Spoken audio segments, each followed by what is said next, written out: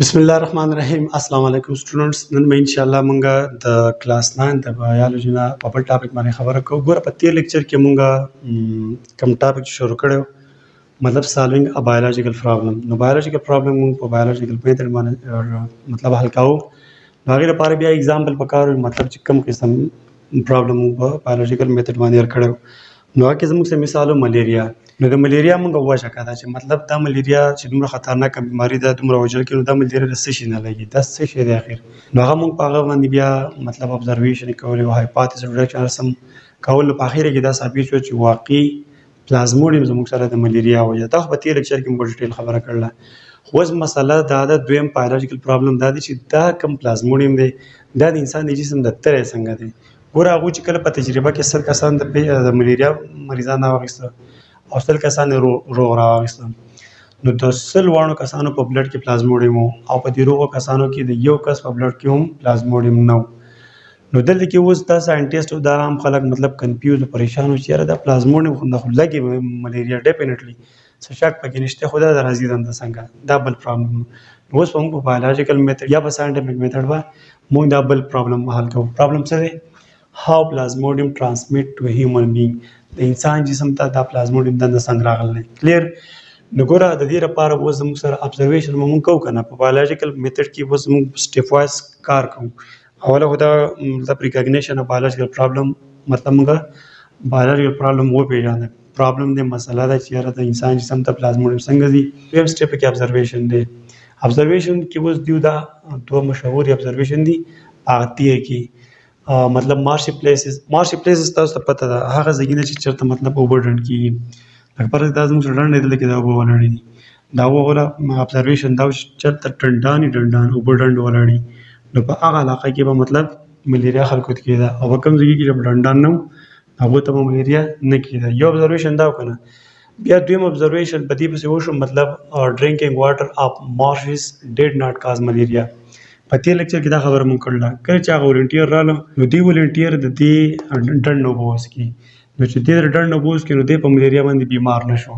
نو دې خلکو هغه کنسیپټ هغه سوچ بدل شو چې یاره په دې ډنډ کې چې څه شی دی، خو بهر د سکولو سره تعلق نشته دی. د ملیریا د لګېدو د دې ډنډانو د اوبو سره د سکولو سره تعلق نشته. د هغو بیا دا سوچ چې یاره په دې ډنډ کې داسې څه شی دی، مطلب څه جراثیم یا څه بلا وي، هغه به بر راځي، دا هوا ګنده کوي او د هغې د وجې نه مطلب یو کس ته بیماري ملیریا لګي. دا خو دوه ابزرویشن دغه وي.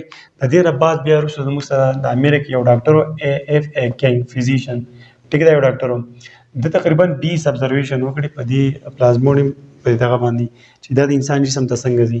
نو په دې 20 کې موږ یو درې مشهوري وایو. هغه کومه دي؟ هغه درې مشهوري. په هغه کې اولنی ابزرویشن دا چې کوم کسان به مطلب په کور کې دنده په کمره کې به پراته و، لکه فرض یو کس دا دی او دا دی دا په کمره کې دي، او څه کسان مطلب بار په برنډه کې به پراته وو، د کمرې نه بار په اوپن ایریا کې به پراته وو. نو کومه چې په کمره کې بدن و دوی ته په ملیریا کراس مطلب ملیریا به ورته نه کېده، او کوم کسان چې په اوپن ایریا کې و دوی ته به ملیریا کېده.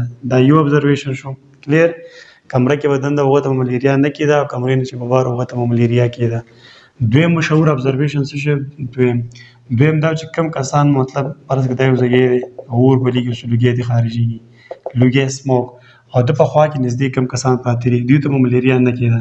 او داسې کس چې هغه هلته لوګی نشته پروت دی، دوی ته به ملیریا کېده.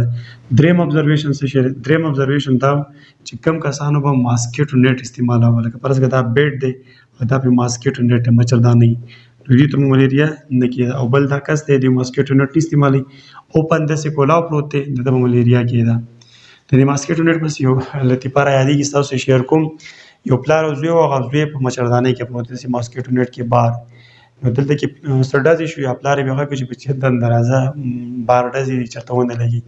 نو پلار یې ویل مړ دا چې ویل دا ته څه ویل، د دې مچردانۍ نه خو دنده ماش یې نشي راتلی، ماش یې چې وړوکی که نه نشي راتلی، نو دومره غټ کارتوس په دنده څنګه راشي. بهرحال دا به کې یو لطیفه وه. دا درې ابزرویشن شو، دا چا پیش کړو؟ دا د اف کینګ فیل په اولني ابزرویشن کې چې کومه کسان به په کمرو کې دنده پراته وو، کړکۍ او دروازه به د هغو د هر څه بند وو، هغو ته به ملیریا نه کېده. کوم چې به بار پراته وو هغو ته به ملیریا کېده. دویم ابزرویشن دا چې کوم کسان به لوګي ته نږدې پراته وو هغو ته به ملیریا نه کېده. کوم کسان چې د لوګي نه به لرې پراته یا به هلته لوګی نه و، نو هغو ته به ملیریا کېده. دریم ابزرویشن دا چې کوم کسان به په ماسکیټو نیټ کې مچردانه استعمال هغه ته ملیریا نه کېده او کوم چې به اوپن اسې پراته هغه ته به ملیریا کېده.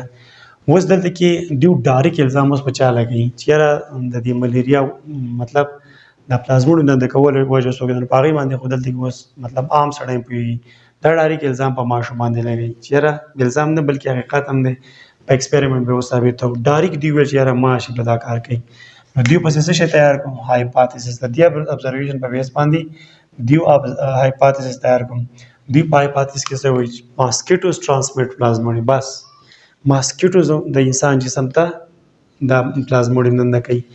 دا شو د دیو هایپاتیسس. هایپاتیسس تاسو ته پته بیا سمدستي پسې څه شي بیا پسې ډیډکشن یې کنه په ډیډکشن کې د اگر او د مگر خبرې د اپ او د دین خبرې اوس څه په ډیډکشن کې اپ ماسکیټوز ټرانسمیټ پلازموډیم کچري ماشه د انسان جسم ته پلازموډیم نه کوي نو څه چا به دین نو بیا پلازموډیم شود بی پریزنٹ ان ماسکیټو نو بیا د پلازموډیم به د دې ماشه په جسم کې خامخا پروت وي موجود به پکې خنو دا د دیو شو ابزرویشن بیا هایپاتیسس بیا ډیډکشن د دې بیا اخیری چې کوم سټپ ته هغه زموږ څه شي ایکسپریمنټ دی کنه ایکسپریمنټ به دا ثابتوي چې آیا دا رښتیا د ماشي جسم ته د انسان نه پلازموډیم نه کوي او کاسې الزام په لګول نو په دې باندې د تجربې لپاره د یو کسو رونالډ روز دا د برټش د آرمي یو ډاکټر و 1880 او 1880 نه مطلب بعد دیو ایکسپریمنټ وکړو په دې باندې ایکسپریمنټ څنګه وکړو د دې ایکسپریمنټ لپاره څه پکارو د ملیریا مریض او روغ کس ټیک ده او ماشي کوم ماشي فیمیل ماسکیټو انافیلیز دا انافیلیز یو ماشي دی نو تجربه چې دی کې څه چل به وکړو لکه سپوز زموږ سره دا ایم د دې ایم نه څه مطلب ماسکیټو هغه انافیلیز ماشي دی د دې سیویل چې ته لاړ شه او د ملیریا چې کوم پیشنټ دی دا پیشنټ بایټ کوي چې دا ماشي راغی او دا انسان وجه شو د ملیریل پیشنټ وجه شو دا ماشي بیا دراوړ دا ماشي چې دراوړ دا ماشي د کو کېل مړی کو چې مړی کو نو د په جسم کې د دې ماشي په جسم کې د نه ډیر شي پلازموډیم مرید ځکه چې د ماشي دا کس چلے دی د بلډ نه د بلډ کې هم د پلازموډیم شته کنه د بلډ سک کړي راخکلې دي سک مطلب راخکلې دي چې راخکلې نو خامخا د جسم ته دغه راغلي رااله ته د پلازموډیم تراله اوس د دویم ایکسپریمنټ کې اول ایکسپریمنټ هو دا وکړو اول ایکسپریمنټ کې دا کسي پوه شو بس ماشي راوز مړی کو دغه په جسم کې د دې ماشي په جسم کې پلازموډیم مرید دویمه تجربه اوس د دا کوي چې په دې ماشي باندې دی اوس چرته یو روغ سړی وچی شي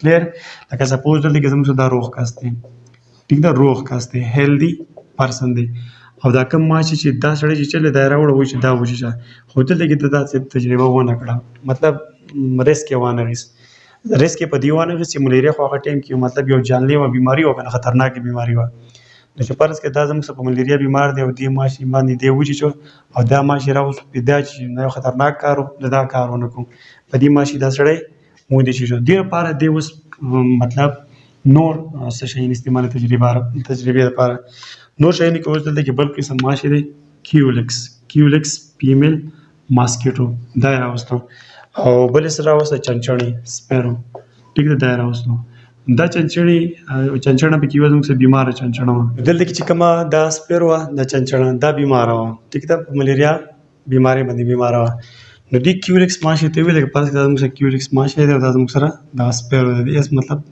سپیرو چنچڼه نو دی ماشي باندې ته اجازه ورکړه چې لاړ دا سپیرو وچی شه کلیر چې دا ماشي دا سپیرو وچی دا ماشي ته پیارا واستو دلته مطلب ورسره دی نو په دې ماشي باندې بیا د یو هیلث سپیرو وچی مطلب روغه چنچړې په وچی چلا روغه چنچړه مطلب د دې ماسکیټو د چلو د وجنه بیمار شو خو نو د دې نه دا ثابت شو چې د انسان جسم ته مطلب د دیو د هایپاتیسټیک شو چې د ماسکیټو ټرانسمیټ پلازموډیم چې د انسان جسم ته د پلازموډیم څنګه نه کوي ماشي نه کوي خادل کې خو دې رونالډ روز په دې انسان باندې تجربه ونه کړه بلکې د په کیولکس ماشي او په سپیرو باندې وکړه نو بیا په 1998 کې د ایټیری نو ساينټیسټ په 1998 کې د دې چالو کو چې د یو د ملیریا مریض راوښته ټیک د ملیریل پیشنټ او دغه فیمیل انافیلیز ماشي راوښت په دې فیمیل انافیلیز ماشي باندې د ملیریا مریض وچی شو دا په 1898 کې رستو د رونالډ روز نو رستو تجربه 18 سال بعد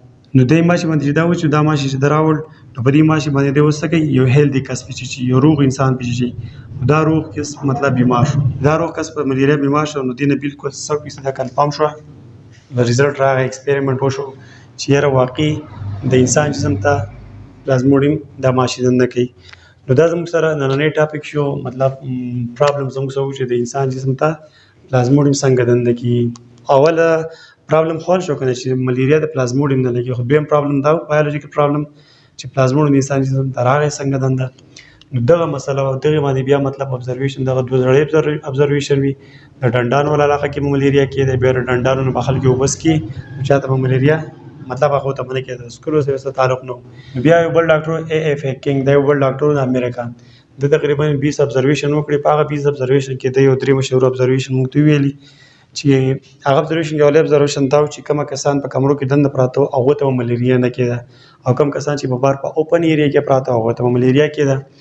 دویم ابزرویشن دا چې کوم کسان به لوګي ته نږدې پراته او هغه ته ملیریا نه کېده. لوګي مطلب د ماشي ساسوي کوم ځای کې چې لوګي د ماشي ناراضي ټیک ده، او کوم کسان چې د لوګي نه لري پراته هغه ته ملیریا ټیک ټاک کېده. دریم سو ماسکیټو نیټ کنه مچردانه، کم کسان چې په د شپې مطلب بار اوپن ایریا کې مچردانه استعمالوله هغه ته ملیریا نه کېده، او کوم چې په کولا پراته هغه ته ملیریا کېده. نو دیو په دی بنیاد باندې په دی ابزرویشن په بنیاد باندې ډایرکټ مطلب ټارګټ سو کو ماسکیټو ماشي هغه دا هایپوتیز جوړ کړ چې ماسکیټو ټرانسمیټ پلازموډیم چې ماسکیټو ماشي د انسان جسم ته دا پلازموډیم دنده کوي. بیا به سم د سیبه ډیډکشن وشو. په ډیډکشن کې دیو دا وایي چې فرض کړه پلازموډیم د ماسکیټو د وجه نه دنده زی ماسکیټو وړي، نو بیا به د دې ماسکیټو د ماشي په جسم کې د پلازموډیم خامخای خاطر دی ډیډکشن نه بعد او د دې هایپوتیز نه بعد دلته کې بیا دیو په 1880 کې رونالډ روز چې کوم د برټش د آرمي ډاکټر وو هغه دیو ایکسپریمنټ وکړو.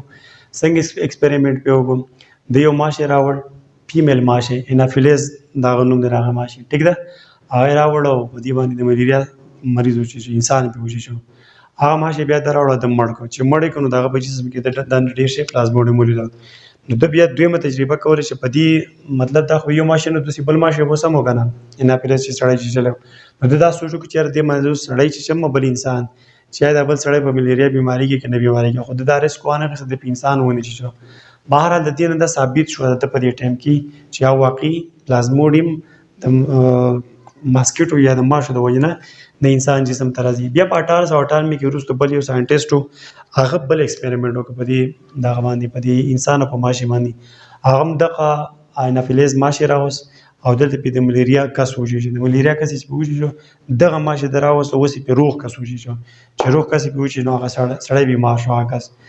نو د دې نه د ثابت شو دا هایپوتیز ټیک شو کلیر. زه امید کوم تاسو په دې ټاپک پوه شئ. ان شاء الله په بل ټاپک کې په خیر بیا ملاقات کی. تھینک یو. الله حافظ.